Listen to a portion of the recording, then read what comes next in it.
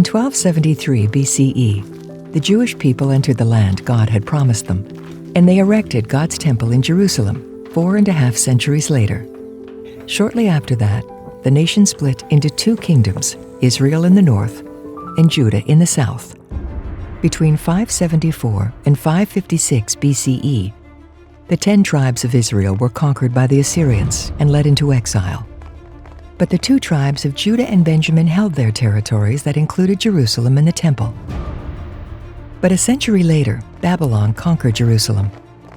When its army returned a decade later, it led the Jewish king and a large segment of the population of Judah into exile in Babylon, including Mordecai, a leading sage from the tribe of Benjamin.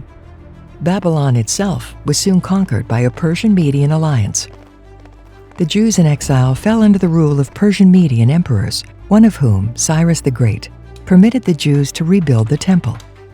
However, Cyrus soon died, and his successor halted the construction.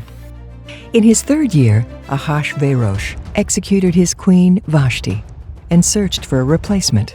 The Jewish sage Mordecai's orphaned cousin Esther was forcibly taken to the palace due to her beauty.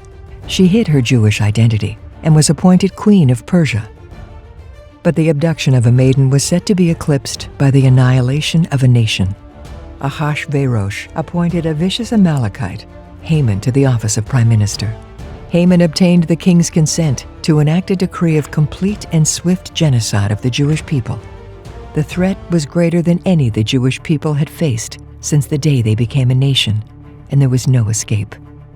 It seemed as if Esther, the highest-ranking Jew in Persia, would also become the last surviving Jew in Persia.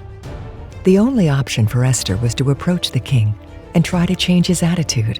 The chance of success was pitifully low. The risk of execution was awfully high. But Mordecai argued that Esther's rise to royalty was God's doing. If she did not help her people, it was all meaningless. Her beauty and charm were only for this fateful moment.